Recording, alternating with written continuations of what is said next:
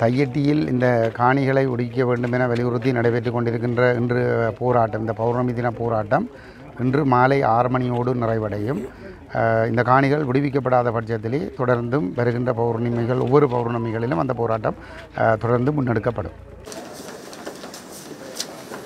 யாழ்ப்பாண மாநகர சபையினுடைய தமிழரசு கட்சி சார்ந்த முதல்வர் வேட்பாளராக திருமதி மதிவதனி அவர்களை நாங்கள் தீர்மானித்திருக்கிறோம். வணக்கம். இலங்கையில் செவ்வாய்க்கிழமை ஜூன் மாதத்தின் 10ஆம் தேதி பொசன் பூரணி தினம் என்று அழைக்கப்படுகின்ற இந்த விசேட நாளில், விடுமுறை நாளில் இடம்பெற்ற முக்கியமான செய்திகளின் தொகுப்பை இந்த அதிகாலை வேளையில் உங்களுக்காக கொண்டு வந்திருக்கிறேன். ஜனாதிபதி அன்ருகுமார் திசாநாயக்க ஜெர்மனிக்கான தன்னுடைய பயணத்தை மேற்கொண்டு அங்கே செல்கிறார். அவர் பல்வேறு முக்கியமான சந்திப்புகளில் ஈடுபட இருக்கிறார். இலங்கையை பொறுத்தவரையில் பொருளாதார அடிப்படையில் நன்மை பயக்கக்கூடிய ஒரு பயணமாக இது இருக்கும் என்று கருதப்படுகிறது. அவரோடு வெளிவிவகார அமைச்சரும் சென்றிருக்கிறார். அதுக்கிடையில் ஜனாதிபதி பொது மன்னிப்பு பற்றி தான் இன்று 3வது நாளாக பரபரப்பு தொற்றி இருக்கிறது. இதிலே தோண்ட தோண்ட பல பூதங்கள் வெளிவரும் என்று நேற்றைய நாளில் நான் எதிர்வு கூறியிருந்தேன். அதை போலவே இப்போது இன்னும் பல பயங்கரமான விடயங்கள் வெளிவந்த வண்ணம் இருக்கின்றன. இது ஜனாதிபதியை பொறுத்தவரையில் மிகப்பெரிய ஒரு இழுக்கான சம்பவம் என்று பல பேரால் விமர்சிக்கப்பட்டாலும், ஜனாதிபதியின் மீதான நம்பிக்கைக்கு களங்கம் கற்பிக்கின்ற முயற்சி என்று ஒரு சிலர் சொல்லியிருந்தாலும், ஜனாதிபதிக்கு தெரியாமல் தான் இந்த சம்பவங்கள் நடந்திருக்கிறதாக சொல்லப்பட்டாலும், இப்போது வரை வெளிவந்திருக்கிற தகவல்களை பார்த்தால் இது பயங்கரமான ஒரு சிறைச்சாலை மாஃபியாவாக அமைந்திருக்கக்கூடிய விடயமாக இருக்கிறது. இந்த விடயத்திலே சிறைச்சாலை அதிகாரிகள் தான் சம்பந்தப்பட்டிருக்கிறார்கள் என்று இதுவரைக்கும் சொல்லப்பட்டிருந்தாலும் கூட, இதன் பின்னால் சில அரசியல் கரங்கள் இயங்கி இருக்கலாம் என்று கருதப்பட இடம் உண்டு. அது முன்னாள் அரசியல்வாதிகளாகவும் இருக்கலாம், முன்னாள் அமைச்சர்களாகவும் இருக்கலாம், இந்த நாள் அரசாங்கத்தோடு சம்பந்தப்பட்டவர்களாகவும் இருக்கலாம் என்பதுதான் இப்போது பல பேரது ஊகம். குற்றப்புலனாய்வு திணைக்களத்தின் விசாரணைகள் மூலமாக இன்னும் பல விடயங்கள் வெளிவரும் என்று கருதப்படுகிறது. அதுர திரக்கரட்ட என்பவரது விடுதலையோடு ஆரம்பித்த இந்த சம்பவம் இப்பொழுது 70 பேர் வரை இவ்வாறு விடுவிக்கப்பட்டிருக்கலாம். தனியே இது வெசாக் விடுமுறையின் போது மட்டுமல்ல, அதற்கு முதலும் பல சந்தர்ப்பங்களில் இவ்வாறு நடந்திருக்கிறது. அதுவும் இந்த புதிய அரசாங்கம் பதவியேற்ற பிறகு, புதிய ஜனாதிபதி பதவியேற்ற பிறகு இந்த ஜனாதிபதியின் பொது மன்னிப்பின் கீழே இது நடந்திருக்கிறது என்ற விவரங்கள் நீதிமன்றத்திலேயே வெளிப்படுத்தப்பட்டிருக்கிறது. இவை பற்றி விரிவான விடயங்களை இன்றைய செய்திகளிலே பார்ப்போம். தையட்டி சட்டவிரோத விகாரைக்கு முன்னால் இன்றைய நாளிலும் போராட்டம் இடம்பெறும் என்று அறிவிக்கப்பட்டது. ஆனால் மல்லாக நீதிமன்றம் இந்த போராட்டத்தில் ஈடுபடுகின்ற தனிநபர்கள் மற்றும் குழுக்களுக்கு நேற்றைய நாளில் தடை விதித்திருந்தது. ஆனால் இன்று அமைதியான முறையில் மக்களது போராட்டம் இடம்பெற்றது. அங்கே இடம்பெற்ற சில சம்பவங்களை பற்றி உங்களுக்கு சொல்ல வேண்டியிருக்கிறது.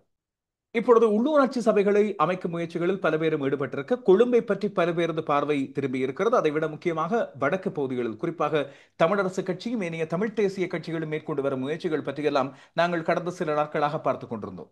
தமிழரசு கட்சி மிக உறுதியாக தங்களுடைய யாழ் மாவட்ட உள்ளூராட்சி மன்றங்களை பற்றிய பதவி பிரமாணங்களை மேற்கொண்ட பிறகு உடனுக்குடன் பல்வேறு நடவடிக்கைகள் எடுத்து வந்திருக்கிறது. இப்பொழுது இதற்கெல்லாம் சிகரம் வைத்தாற் போல யாழ்ப்பாண மாநகர சபையில் தங்களுடைய மேயராக விவேகானந்த ராஜா மதிவதனி அவர்கள் பெயரிட்டிருக்கின்றார்கள். ஆனால் இன்னமும் சவால்கள் தொடரும் என்று எதிர்பார்க்கப்படுகிறது. அதை பற்றியும் நாங்கள் பார்க்கலாம். இன்னும் சில உள்ளூர் செய்திகள் இருக்கின்றன. அவை தவிர வெளிநாட்டு செய்திகள் எல்லாம் இன்று பயங்கரமான செய்திகளாக வெடித்திருக்கின்றன. இலங்கையிலிருந்து புறப்பட்ட சரக்கு கப்பல் ஒன்று நேற்றைய நாள் தீ விபத்துக்குள்ளானது பற்றி சொல்லுகிறேன். அதிலிருந்து 4 பேரை காணவில்லை என்று இப்பொழுது இந்தியா அறிவித்திருக்கிறது. ஆஸ்திரியாவிலே இன்றைய நாளில் இடம்பெற்ற ஒரு சம்பவத்தில் பாடசாலை ஒன்றுக்குள் புகுந்து ஒரு முன்னாள் மாணவன் 9 பேரை சுட்டுக் கொண்டு தானும் தற்கொலை செய்திருக்கிறார். டெல்லியிலே மிக பெரும் தீ விபத்து. உயரமான கட்டடம் ஒன்றிலிருந்து தங்களை பாதுகாத்துக் கொள்ள 3 பேர் கீழே குதித்ததில் அந்த 3 பேரும் மரணித்திருக்கின்றார்கள். இது தவிர எங்களை எல்லாம் இயங்கு நிலையில் வைத்திருக்கின்ற அண்மைக்கால AI சாதனங்களில் ஒன்றான ChatGPT இன்று இயங்க மறுத்திருக்கிறது. அதை பற்றிய புதிய தகவல்களும் இருக்கின்றன. அவை பற்றியும் பார்க்கலாம். இப்போது விரிவான செய்திகளுக்கு செல்வோம். செய்திகளுக்கு செல்லும் போது ஒரு சில கேள்விகள் நண்பர்களிடமிருந்து வந்திருந்தன. இந்த செய்திகள் எல்லாம் உரையாடல்களின் தொடர்ச்சியாக இடம்பெறட்டும். அதுபோல எங்களுக்கு இடையில் செய்திகளை பகிர்ந்து கொள்வது, உணர்வுகளை பகிர்ந்து கொள்வதாகிய மிக முக்கியம் என்று நான் அடிக்கடி சொல்லி வருவேன். இதன் அடிப்படையில் ஒரு சிலர் கேட்டிருந்த சில முக்கியமான கேள்விகளுக்கு சுருக்கமான பதில்களை சொல்லிவிட்டு போலாம். ஒன்று, நான் இந்த வகையிலும் இந்த செய்திகளை பொறுத்தவரையில் இந்த பரபரப்பை தூண்டுவது, இல்லாவிட்டால் ஏதோ ஒரு விதத்தில் பிரசாரங்களை கொண்டு செல்வது, அப்படி இல்லாவிட்டால் செய்திகளை பல பேர் பார்க்க செய்யும் விதமாக இந்த கிளிக் பெய்ட்ஸ் என்று சொல்லப்படுகின்ற ஒரு ஏமாற்றுகின்ற தலைப்புகளை வைப்பது போன்ற விடயங்களை நான் செய்வது கிடையாது. அதே போல இந்த செய்திகள் பரபரப்புக்காக உருவாக்கப்படுவதாக இருந்தால் நான் ஒரு நாளைக்கு 2-3 செய்திகளையும் தனித்தனி தொகுப்புகளாக கொண்டு வரலாம். ஒரு தார்மீக பொறுப்பு இருக்கிறது செய்திகளை வழங்குகின்ற என் போன்றவர்களுக்கு. எனவேதான் நான் பொறுப்பாக ஒரு நாளில் முழுமையான செய்திகளின் தொகுப்பாக கொண்டு வருகிறேன். சில பேர் கேட்பதுண்டு, தனித்தனி செய்திகளாக ஒரு நாளுக்கு 4-5 செய்திகளை தரக்கூடாது.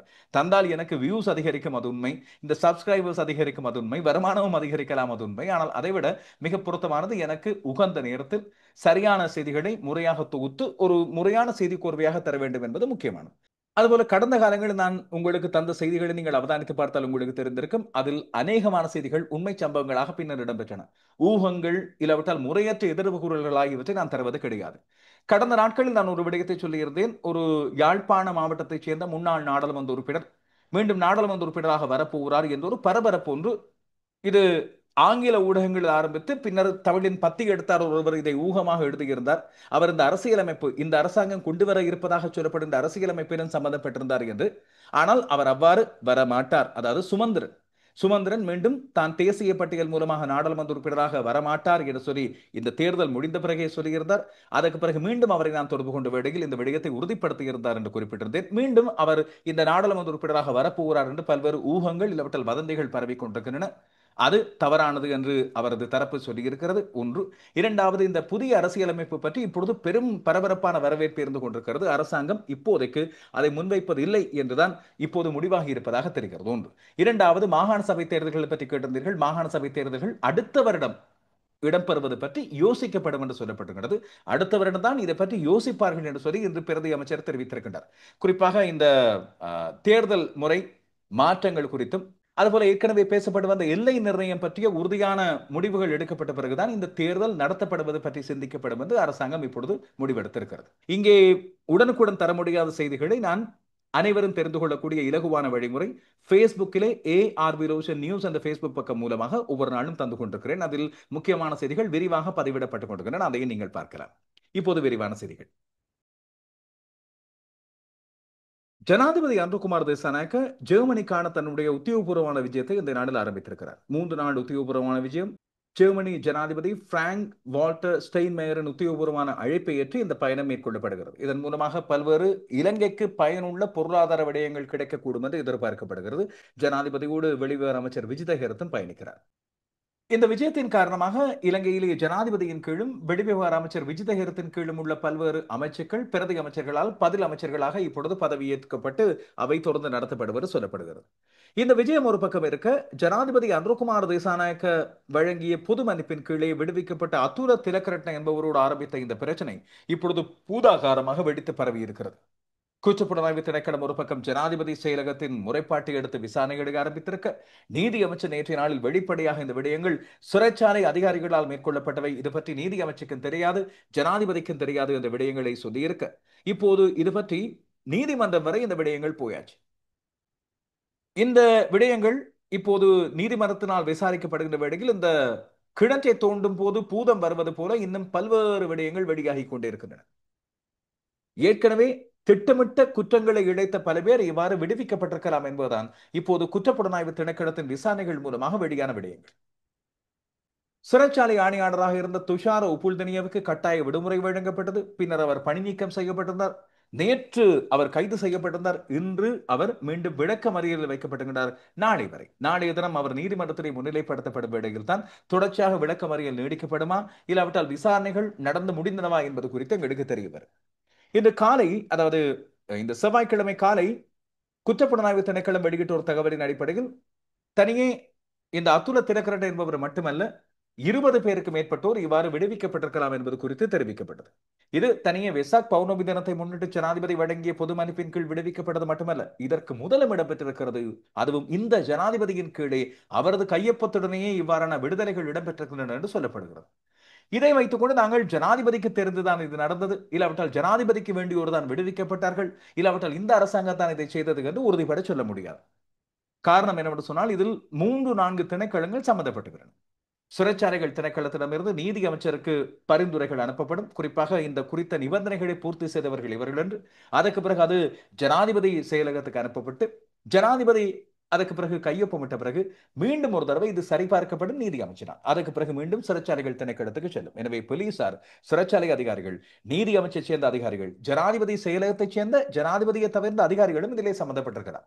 எனவே இந்த ஊழல் சங்கிலி எங்கே ஆரம்பிக்கிறது, இந்த அதிகார துஷ்பிரயோகம் எங்கே ஆரம்பிக்கிறது என்ற குழப்பம் மிக பெரும் குழப்பமாக இங்கே இருந்தது.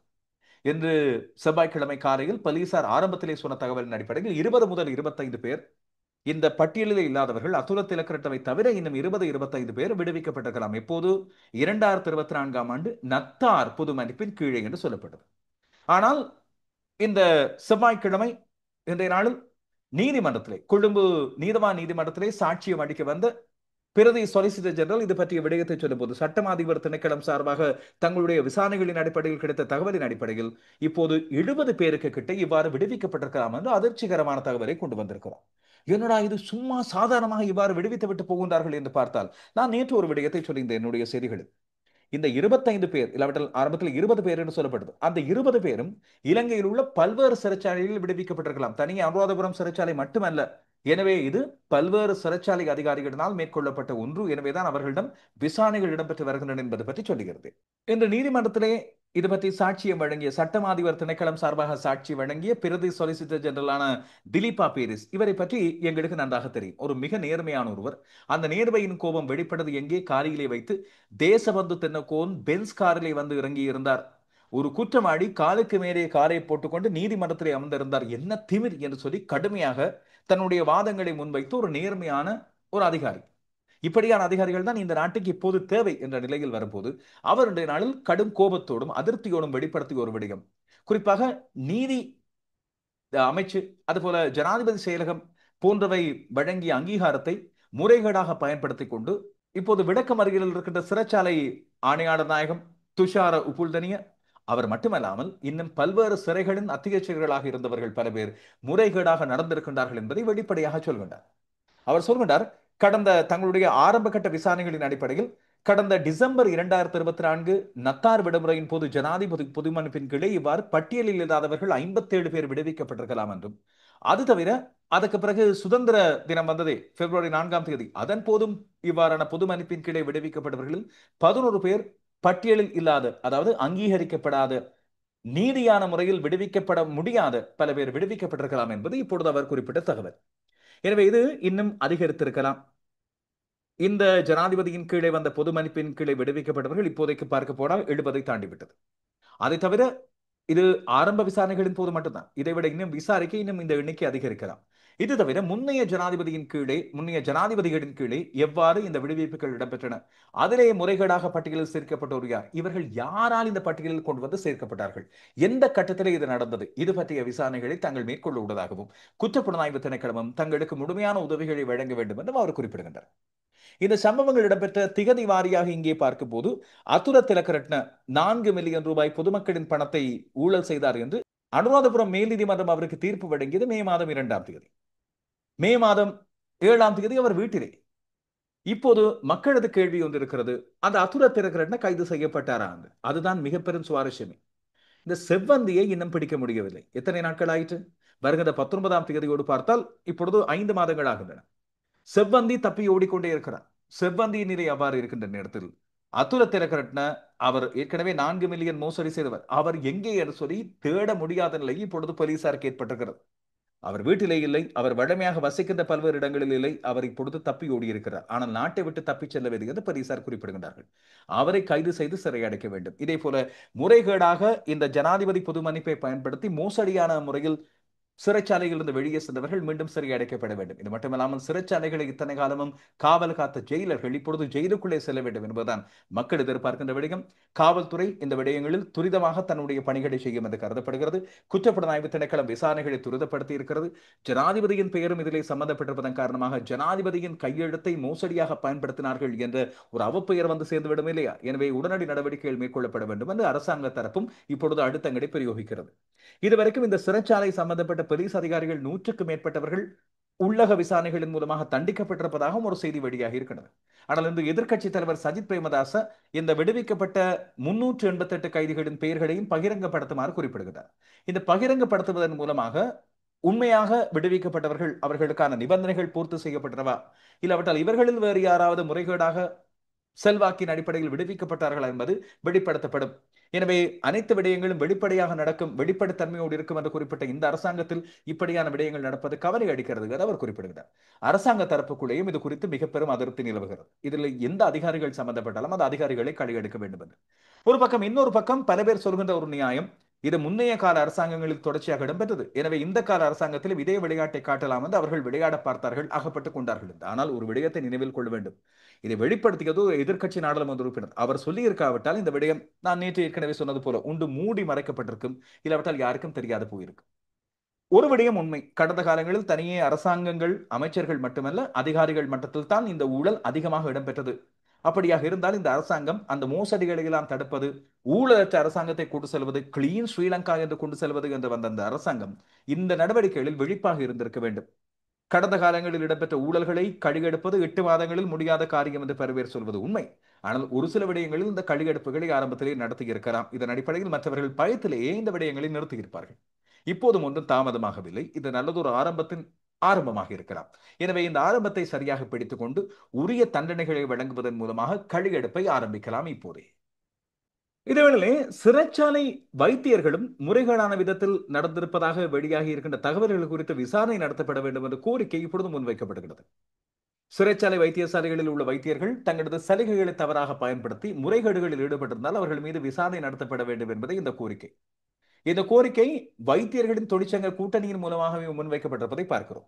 அரசியல் தலைவர்கள், அதுபோல தடுப்பு காவலில் வைக்கப்பட்டுள்ள சிரேஷ்ட அதிகாரிகள் உள்ளிட்டவர்களுக்கும் செல்வாக்கு மிக்கவர்களுக்கும் சிறைச்சாலை வைத்தியசாலைகளில் விசேட சலுகைகள் வழங்கப்படுவதாக பொதுவான முறைப்பாடுகள் கிளம்புகிறது. நான் கூட குறிப்பிட்டிருந்தேன், உள்ளே செல்கின்ற சில செல்வாக்கு மிக்கவர்கள் சிறைச்சாலைகளிலேயே தங்குவதில்லை, நேரடியாக வைத்தியசாலைகளுக்கு சென்று, சிறைச்சாலை வைத்தியசாலைகளுக்கு சென்று சொகுசாக படுத்துக் கொள்கின்றார்கள்.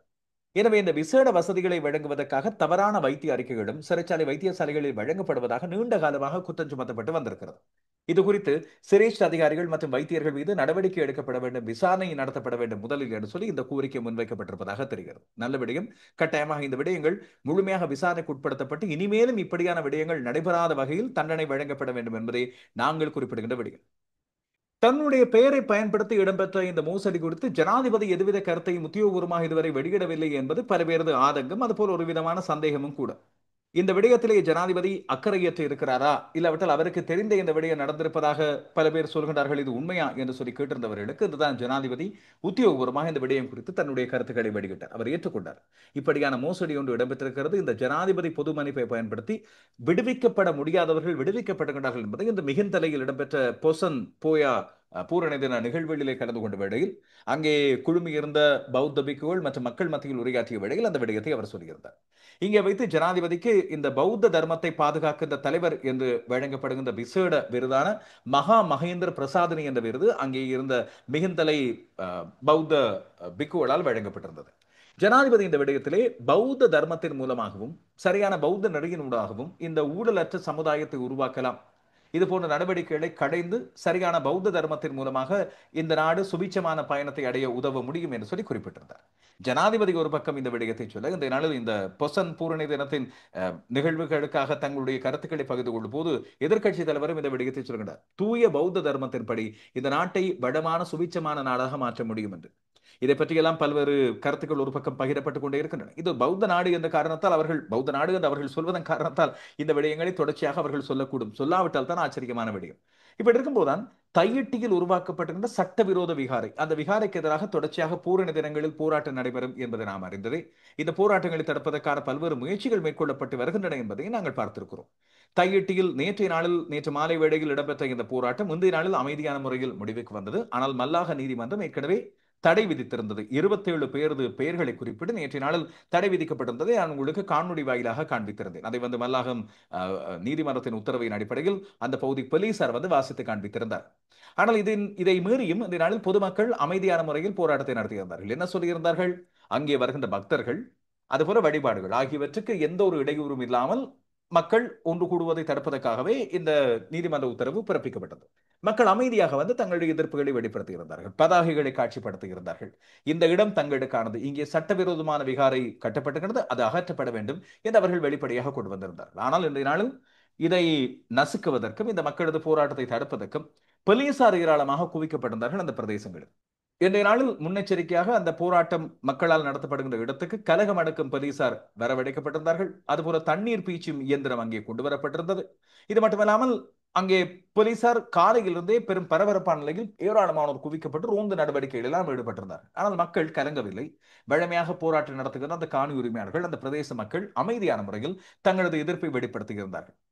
தையிட்டி விகாரை வழிபாட்டுக்காக ஏராளமானோர் வருவார்கள் என்று கருதப்பட்டது. ராவண பலய, அதுபோல சிகல ராவைய போன்ற இனவாத அமைப்புகள் சில பௌத்த பிக்குகளின் முன்னணியினால் அங்கே கொண்டு வரப்படுவார்கள் என்று தெரிவிக்கப்பட்ட நிலையில் அவர்களுக்கான மாற்று விசேட பாதை ஒன்றும் போலீசாரினால் உருவாக்கப்பட்டதாக சொல்லப்பட்டது. ஆனால் அவர்கள் யாரும் என்று வருகை தந்திருக்கவில்லை போல தெரிகிறது. அமைதியான முறையிலேயே வழமையாக வருகின்ற அதே அளவு பக்தர்கள் வந்து போனதாகத்தான் அங்கிருந்து கிடைக்கின்ற தகவல்கள் தெரிவிக்கின்றன. இன்றைய தினம் தையட்டியிலே அமைக்கப்பட்டிருக்கின்ற சட்டவிரோத திசவிகாரை கட்டுமானம் அகற்றப்பட்டு காணி உரிமையாளர்களிடம் அந்த காணிகள் கையளிக்கப்பட வேண்டும் என வலியுறுத்தி போராட்டம் நடைபெற்று கொண்டிருக்கின்றது. கடந்த 2023ஆம் ஆண்டு மே மாதம் இந்த சட்டவிரோதமாக அமைக்கப்பட்ட விகாரை திறக்கப்பட இருக்கிறது என்கின்ற தகவல் காணி உரிமையாளர்களுக்கு தெரிய வந்த நிலையிலே அவர்கள் எங்களை அணுகி இந்த சட்டவிரோத விகாரைக்கு எதிராக போராட்டம் நடத்த வேண்டும் என்று கேட்டுக்கொண்டதற்கிணங்க, எங்களுடைய ஒத்துழைப்பு வேண்டும் என்று கேட்டுக்கொண்டதற்கிணங்க இந்த போராட்டத்திற்கு நாங்கள் ஆதரவு வழங்க தொடங்கியிருந்தோம். இன்று கிட்டத்தட்ட 29வது தடவையாக 30வது தடவையாக இந்த போராட்டம் இந்த பௌர்ணமி தினத்திலும் அதற்கு இடைப்பட்ட சில சந்தர்ப்பங்களிலும் இந்த போராட்டங்கள் முன்னெடுக்கப்பட்டிருக்கிறது. இது அமைதியான ஒரு வன்முறையற்ற வகையிலே எங்களுடைய எதிர்ப்பை வெளிப்படுத்தி இந்த காணிகளை மீட்டெடுக்க வேண்டும் என்கின்ற நோக்கத்தோடு இந்த போராட்டம் முன்னெடுக்கப்பட்டிருக்கிறது. இந்த போராட்டத்தினுடைய நோக்கமானது சிங்கள மக்களுக்கு எதிரானதல்ல, பௌத்தர்களுக்கு எதிரானதல்ல. மாறாக இவ்வாறான சட்டவிரோத கட்டுமானங்கள் ஊடாக தமிழ் மக்களுக்கும் சிங்கள மக்களுக்கும் இடையிலே இருக்கக்கூடிய ஒரு நல்லுறவை சீரழித்து பகைமையை சந்தேகங்களை ஏற்படுத்தி பகைமையை வளர்த்து மீண்டும் ஒரு வன்முறையை ஏற்படுத்துவதை தடுக்கிற நோக்கத்தோடு தமிழ் மக்களுடைய உரிமைகளை உறுதிப்படுத்தி கொள்ள வேண்டும் என்கின்ற ஒரு நோக்கத்தோடு தான் இந்த போராட்டம் முன்னெடுக்கப்பட்டு வந்திருக்கிறது. இந்த நாட்டிலே சட்டத்தின் ஆட்சி என்பது எல்லோருக்கும் சமனானதாக இருக்க வேண்டும். சிங்களவர்கள் தமிழர்கள் என்று வருகின்ற பொழுது சிங்களவர்கள் தமிழ் தேசத்துக்கு எதிராக செய்கின்ற அனைத்து நடவடிக்கைகளுக்கும் ஸ்ரீலங்கா காவல்துறை இயந்திரமும் ஸ்ரீலங்கா அரச இயந்திரங்களும் ஸ்ரீலங்கா நீதித்துறையும் அவர்களுக்கு சார்பாக செயல்படுவது என்பதும் தமிழர்கள் முழுமையாக அதிலே பாதிக்கப்படுவது என்பதும் தொடர்கதையாக இருக்க முடியாது. சுதந்திரத்துக்கு பிற்பட்ட காலத்திலே ஸ்ரீலங்கா காவல்துறையும் இந்த நீதித்துறையும் அரச இயந்திரங்களும் அவ்வாறு செயல்பட முற்பட்டதன் காரணமாகத்தான் தமிழர்கள் ஆயுதமேந்தி போராட வேண்டிய ஒரு சூழல் ஏற்பட்டது. இந்த நாட்டிலே இரத்த ஆறு ஓடியது. இந்த நாடு பொருளாதார ரீதியாக வங்குரோத்து நிலைக்கு செல்ல வேண்டி வந்திருந்தது. எனவே இன்று அமைதியான முறையில் மக்கள் தங்களுடைய எதிர்ப்பை வெளிப்படுத்தி இந்த போராட்டத்தை நிறைவு செய்திருந்தார்கள். அங்கே கொண்டு வந்திருந்த தண்ணீர் பீச்சும் இயந்திரத்திலே கொண்டு வரப்பட்ட ஏராளமான நீரையாவது பயனுள்ள விதத்தில் அருகே உள்ள மரங்களுக்காவது தண்ணீர் ஊற்றிவிட்டு போயிருக்கலாம் என்பது மக்கள் குறிப்பிடுகின்ற விடயம். மக்களது வரிப்பணம் தானே அங்கே தண்ணீராக கொண்டு வரப்படுகிறது. தையட்டியில் இந்த காணிகளை ஒடுக்க வேண்டும் என வலியுறுத்தி நடைபெற்று கொண்டிருக்கின்ற இன்று போராட்டம், இந்த பௌர்ணமி தின போராட்டம் இன்று மாலை 6 மணியோடு நிறைவடையும். இந்த காணிகள் விடுவிக்கப்படாத பட்சத்திலே தொடர்ந்தும் வருகின்ற பௌர்ணமிகள் ஒவ்வொரு பௌர்ணமிகளிலும் அந்த போராட்டம் தொடர்ந்து முன்னெடுக்கப்படும். இன்று பேருவரையில் இடம்பெற்ற ஒரு மோதல், போலீசாருக்கும் கொடிகளை அங்கே பறக்கவிட்ட ஒரு சிலருக்கும் இடையில் இடம்பெற்ற ஒரு மோதல். இந்த மோதல் சம்பவத்தின் போது போலீசாரை தாக்கியதன் அடிப்படையில் 5 சந்தேக நபர்கள் இப்பொழுது விளக்கமறியலில் வைக்கப்பட்டிருக்கிறார்கள். இன்று அதிகாலை வேளையில் களுத்துறை நீதிவான் அதிகாலை வேளையில் இடம்பெற்ற சம்பவம் இது.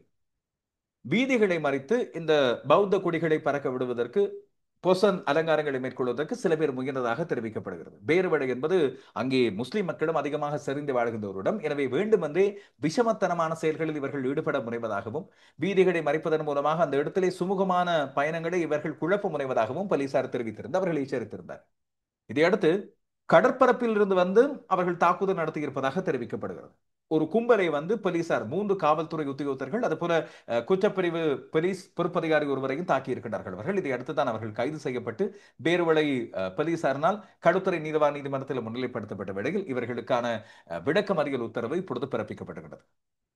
வடக்கு மாகாண அரசியல் இல்லாவிட்டால் யாழ் மாவட்ட அரசியல் இன்னும் கொதிநிலையிலே இருக்கிறது. அங்கே ஆட்சி அமைப்பது குறித்து பல்வேறு வாத பிரதிவாதங்கள் தொடர்ச்சியாக இடம்பெற்றிருக்க இதுவரைக்கும் சுமூகமான முடிவு ஒன்று எட்டப்படவில்லை தமிழரசு கட்சிக்கும் ஏனைய தமிழ் கட்சிகளுக்கும் தமிழ் தேசிய கட்சிகளுக்கும் இடையில்.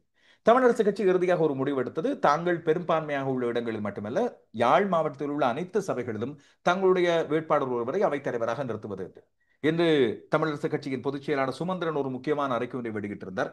தங்களுக்கு ஆதரவு வழங்குவதன் அடிப்படையில், தாங்கள் பெரும்பான்மை பெற்ற சபைகளில் தங்களுக்கு ஆதரவு வழங்குவதன் அடிப்படையிலேயே தொடர்ந்து நீண்டகால பயணத்தை தொடர்ச்சியாக இணைந்து மேற்கொள்வதா இல்லையா என்பது குறித்து முடிவெடுக்க முடியும் என்று தெளிவாக சொல்லியிருந்தார். சுமந்திரன் மிக தெளிவாக சொல்லியிருந்தார், யாழ்ப்பாண மாநகர சபை முதல்வர் தெரிவில் தங்களுக்கு ஏற்கனவே இணங்கியபடி டெலோ என்று சொல்லப்படுகின்ற தமிழீழ விடுதலை இயக்கம் ஏற்கனவே உடன்பட்ட விடயங்களின்படி நடந்து கொண்டால், இது தொடர்ச்சியாக இந்த கலந்துரையாடலின்படி அந்த விடயங்கள் நடந்தால் தாங்கள் தொடர்ச்சியாக பயணிக்கலாம்.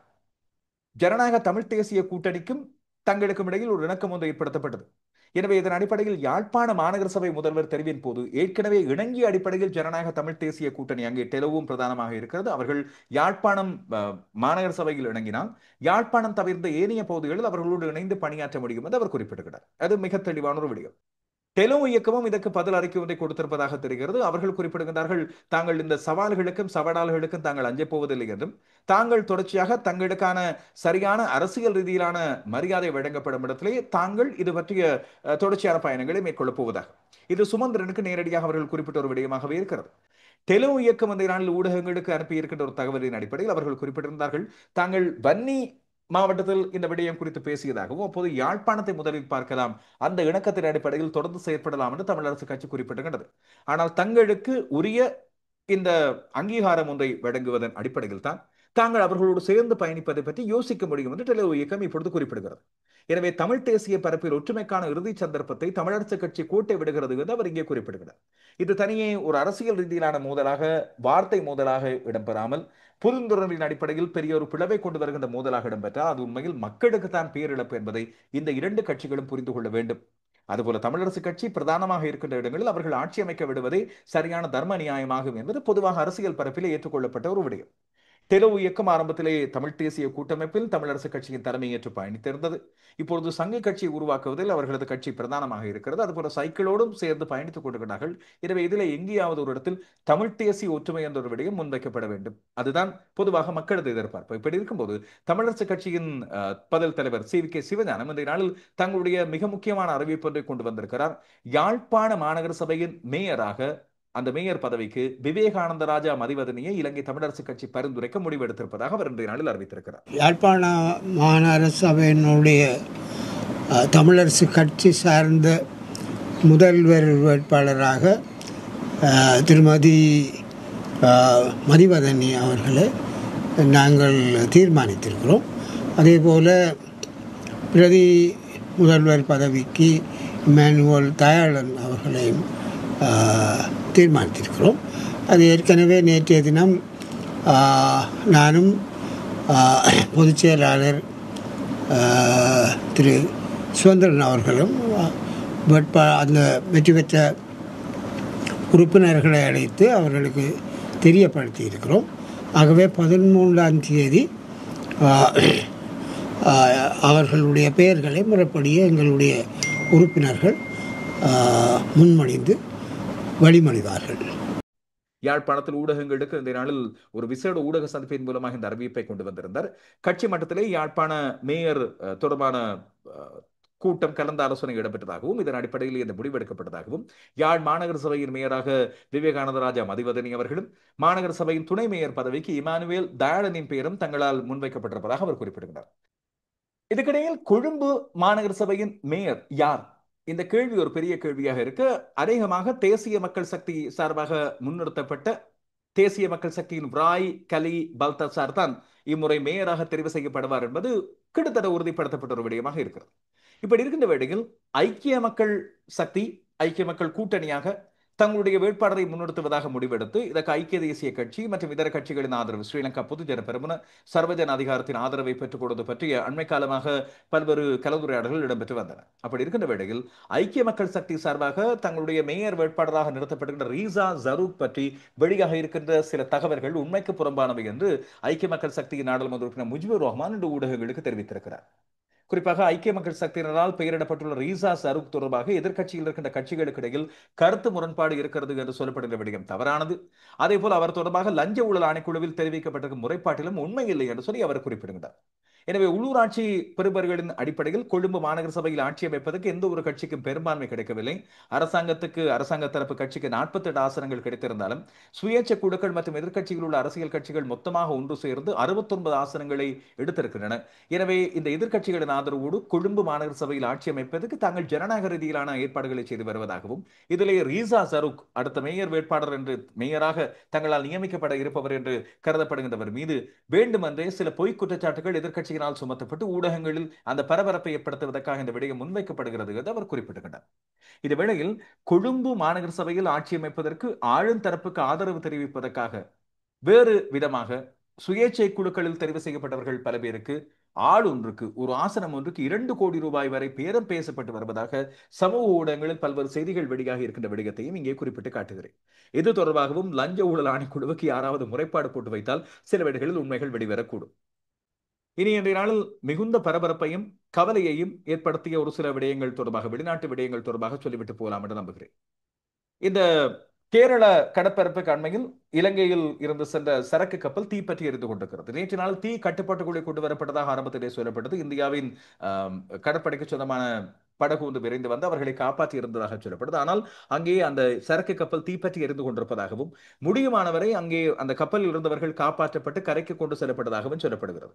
தீப்பற்றி எரிகின்ற இந்த கப்பலில் இருந்து பயணித்தவர்கள் பல பேரில் 4 பேரை காணவில்லை. அவர்கள் சில வேளைகளில் கடலில் மூழ்கி இருக்கலாம், இல்லாவற்றில் தீக்குள்ளே அகப்பட்டிருக்கலாம் என்று அச்சம் தெரிவிக்கப்படுகிறது. இது ஒன்று. இரண்டாவது, ஆஸ்திரேலியாவின் பாடசாலை ஒன்றில் இன்றைய நாளில் துப்பாக்கிச்சூடு சம்பவம் ஒன்று இடம்பெற்றது. இந்த துப்பாக்கிச்சூட்டை நடத்தியவர் அந்த பாடசாலையின் முன்னாள் மாணவன் என்று குறிப்பிடப்படுகிறது. அவரும் தன்னுடைய உயிரை மாய்த்துக் கொண்டிருப்பதாக தெரிவிக்கப்படுகிறது. 9 பேர் இதுவரை மரணித்திருப்பதாகவும் இன்னும் பல பேர் காயமடைந்து வைத்தியசாலையில் அனுமதிக்கப்பட்டிருப்பதாகவும் தெரிவிக்கப்படுகிறது. ஆஸ்திரேலியாவின் கிராஸ் என்று அழைக்கப்படுகின்ற ஒரு பாடசாலையிலே இந்த சம்பவம் ஜூன் 10 செவ்வாய்க்கிழமை இந்த நாளில் இடம்பெற்றது. 15 பேராவது காயமுற்றிருக்கலாம் என்று தெரிவிக்கப்படுகிறது.